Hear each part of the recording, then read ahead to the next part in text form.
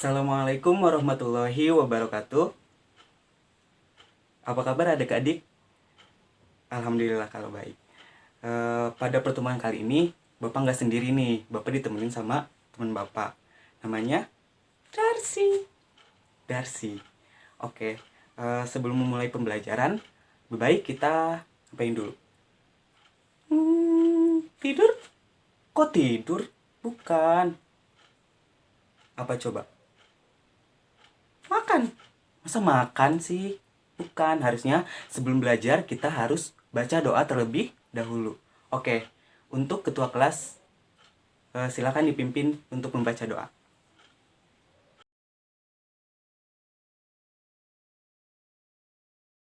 Oke, berdoa selesai.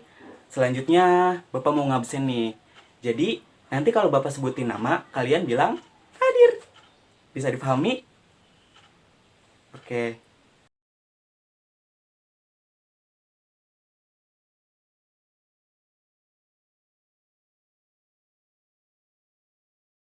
Oke anak-anak, pada pertemuan kali ini kita akan membahas tentang garis dan sudut. Sebelumnya, apa sih garis itu? Garis adalah suatu susunan titik-titik yang banyaknya tak hingga, yang berderet dan memanjang menuju kedua arah, yaitu kanan dan kiri atau atas dan bawah. Nah, gambar garis tersebut adalah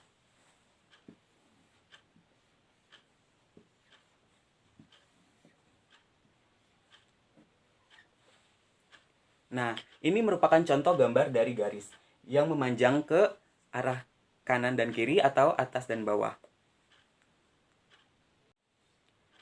Kemudian selanjutnya kita akan membahas tentang kedudukan dua garis. Yang pertama adalah dua garis yang sejajar.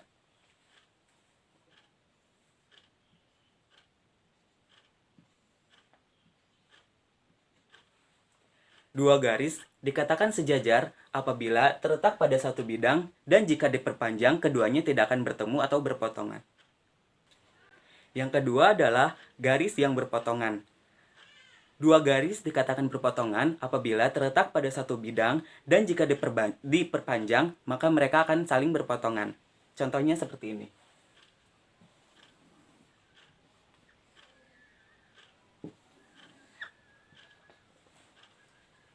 Ini merupakan contoh dua garis yang berpotongan dan titik di mana bertemunya dua garis tersebut disebut dengan titik potong. Yang ketiga ada garis yang berimpit. Kedua garis dikatakan berimpit apabila setidaknya kedua garis tersebut mempunyai dua titik potong. Nah, contoh dari garis yang berimpit itu bisa kita lihat pada jam dinding yang menunjukkan pukul 12.00. Nah, yang keempat ada garis yang bersilangan. Garis yang bersilangan ini tidak terdapat dalam satu bidang, tetapi terdapat pada dua bidang yang berbeda. Nah, contohnya pada kubus ini.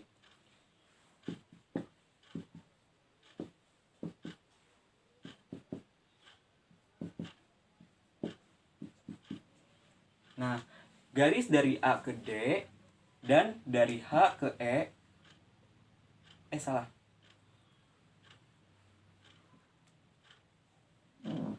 Garis dari A ke D dan dari G ke F merupakan dua garis yang bersilangan. Sampai sini ada yang mau ditanyakan?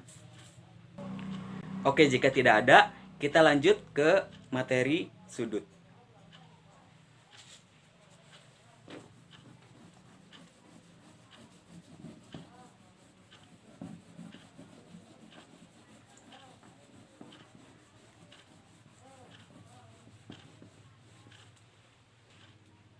Oke, sudut merupakan sesuatu yang dibentuk dari bertemunya dua garis. Contohnya gini.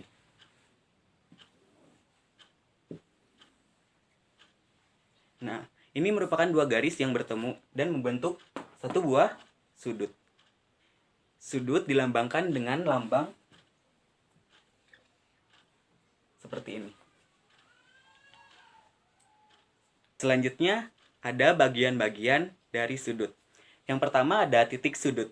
Titik sudut merupakan titik dari ujung sudut tersebut. Nah, B ini disebut dengan titik sudut. Kemudian Garis A dan garis C disebut dengan kaki sudut. Dan daerah yang di tengah ini merupakan daerah sudut.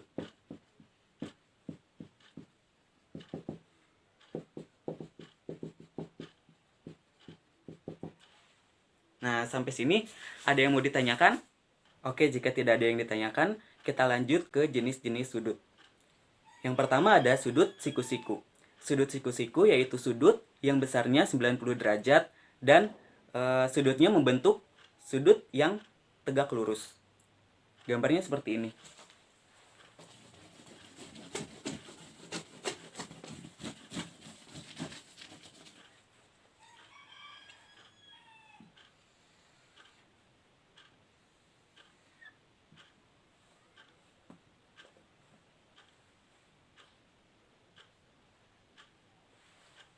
Nah, ini merupakan sudut siku-siku.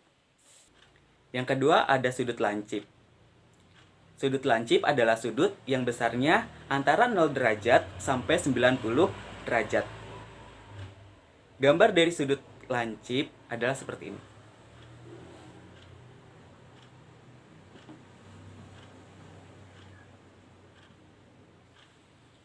Ini merupakan contoh dari sudut lancip. Selanjutnya yang ketiga ada sudut tumpul. Sudut tumpul adalah sudut yang besarnya antara 0 derajat sampai 180 derajat. Gambarnya seperti ini.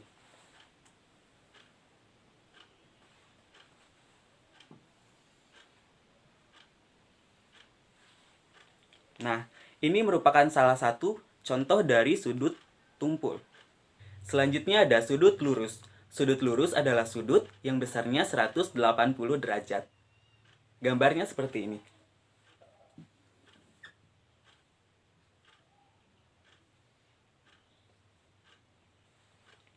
Nah, ini merupakan gambar dari sudut 180 derajat atau sudut lurus.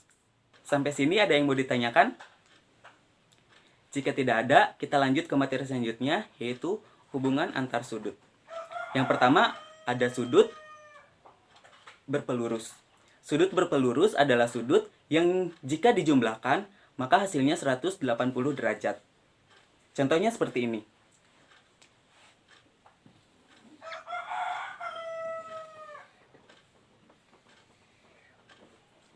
Saya memiliki sudut A, B, C, kemudian C, B, D, dan D, B, E. Ketiga sudut ini, jika dijumlahkan, maka hasilnya adalah 180 derajat. Ini merupakan contoh dari sudut berpelurus. Yang kedua, ada sudut berpenyiku. Sudut berpenyiku adalah sudut yang jika dijumlahkan, maka hasilnya menghasilkan sudut 90 derajat. Contohnya, saya mempunyai dua buah sudut, yaitu IFH dan HFG. Jika dijumlahkan, maka kedua sudut ini menghasilkan sudut siku-siku atau sudut 90 derajat. Ini merupakan contoh dari sudut berpenyiku. Sampai sini ada yang mau ditanyakan? Tidak ada? Baik, sekarang kita lanjut ke materi selanjutnya. Selanjutnya, saya akan menjelaskan materi tentang hubungan antara dua sudut yang dipotong oleh garis lain. Nah, di sini saya akan menggunakan alat peraga sebagai alat bantu pembelajaran. Nah, di sini saya akan menjelaskan tentang sudut-sudut yang terbentuk dari dua buah garis yang dipotong oleh garis lain. Yang pertama ada sudut yang sehadap. Sudut yang sehadap adalah sudut yang arah sudutnya sama dan besarnya juga sama. Di sini sudut yang sehadap ada sudut A dan E, sudut B dan F, sudut C dan G, dan yang terakhir sudut D dan H. Itu merupakan sudut yang sehadap. Yang kedua ada sudut yang bertolak belakang. Sudut yang bertolak belakang adalah sudut yang saling bertolak belakang. Nah, di sini sudut yang saling bertolak belakang yang pertama ada sudut A dan C, kemudian B dan D, E dan G, dan F dan H. Itu merupakan sudut yang saling bertolak belakang. Selanjutnya ada sudut dalam berseberangan. Sudut dalam berseberangan adalah sudut yang letaknya terdapat di dalam dan posisinya saling berseberangan. Nah, sudut dalam berseberangan yang pertama itu ada sudut C dan E dan D dan F. Itu merupakan sudut yang ada di dalam dan saling berseberangan. Kemudian selanjutnya ada sudut luar berseberangan. Sudut luar berseberangan adalah sudut yang letaknya terdapat di luar dan saling berseberangan. Nah, sudut yang berada di luar dan berseberangan, yang pertama ada A dan G, kemudian B dan H. Itu merupakan sudut luar yang berseberangan. Selanjutnya ada sudut dalam sepihak. Sudut dalam sepihak adalah sudut yang letaknya berada di dalam dan juga arahnya itu sama, posisinya itu sama. Dan jika dijumlahkan hasilnya adalah 180 derajat.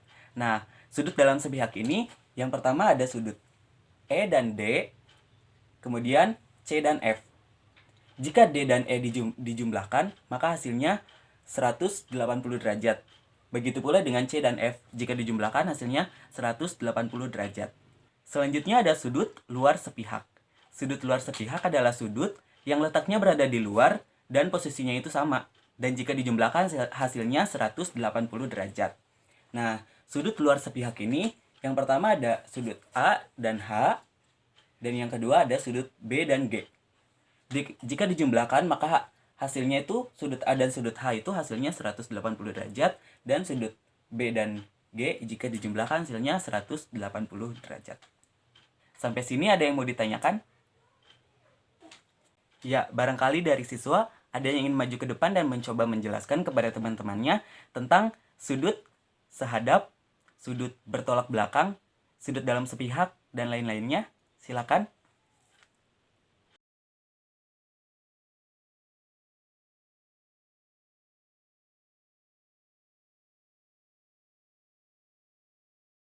Oke, sekarang bentuk kelompok ya.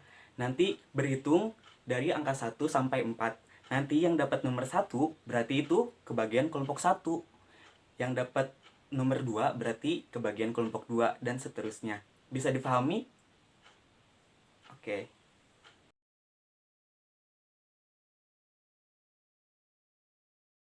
Oke, sudah berkumpul dengan kelompoknya masing-masing?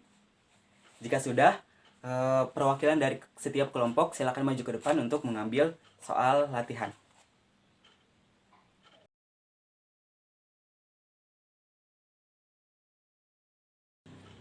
Selanjutnya, silakan diskusikan soal latihan tersebut di kelompoknya masing-masing.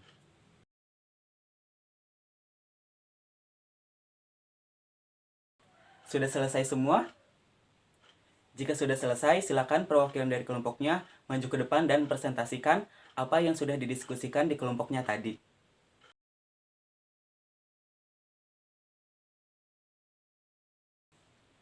Oke, terima kasih kepada yang sudah menjadi perwakilan kelompoknya. Beri tepuk tangan dong. Nah, karena tadi semua jawabannya benar, maka setiap kelompok Bapak kasih nilai 100. Oke, selanjutnya Bapak punya soal kuis nih. Nanti nilainya akan Bapak masukkan ke nilai kelompok. Nanti kelompok yang dapat nilai tertinggi akan Bapak kasih hadiah. Silakan kepada ketua kelas untuk dibagikan.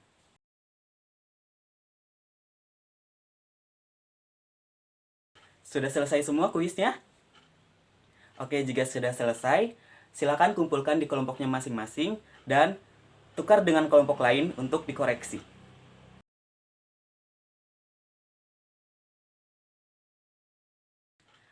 Oke, karena kelompok 1 mendapat nilai tertinggi, maka kelompok 1 akan Bapak beri hadiah. Hadiahnya apa? Hadiahnya adalah akan Bapak beri nilai tambahan di akhir semester nanti. Oke, untuk pertemuan kali ini telah selesai. Untuk minggu depan jangan lupa dikerjakan tugasnya halaman LKS halaman 22. Kurang lebihnya Bapak mohon maaf, ditutup. Wassalamualaikum warahmatullahi wabarakatuh.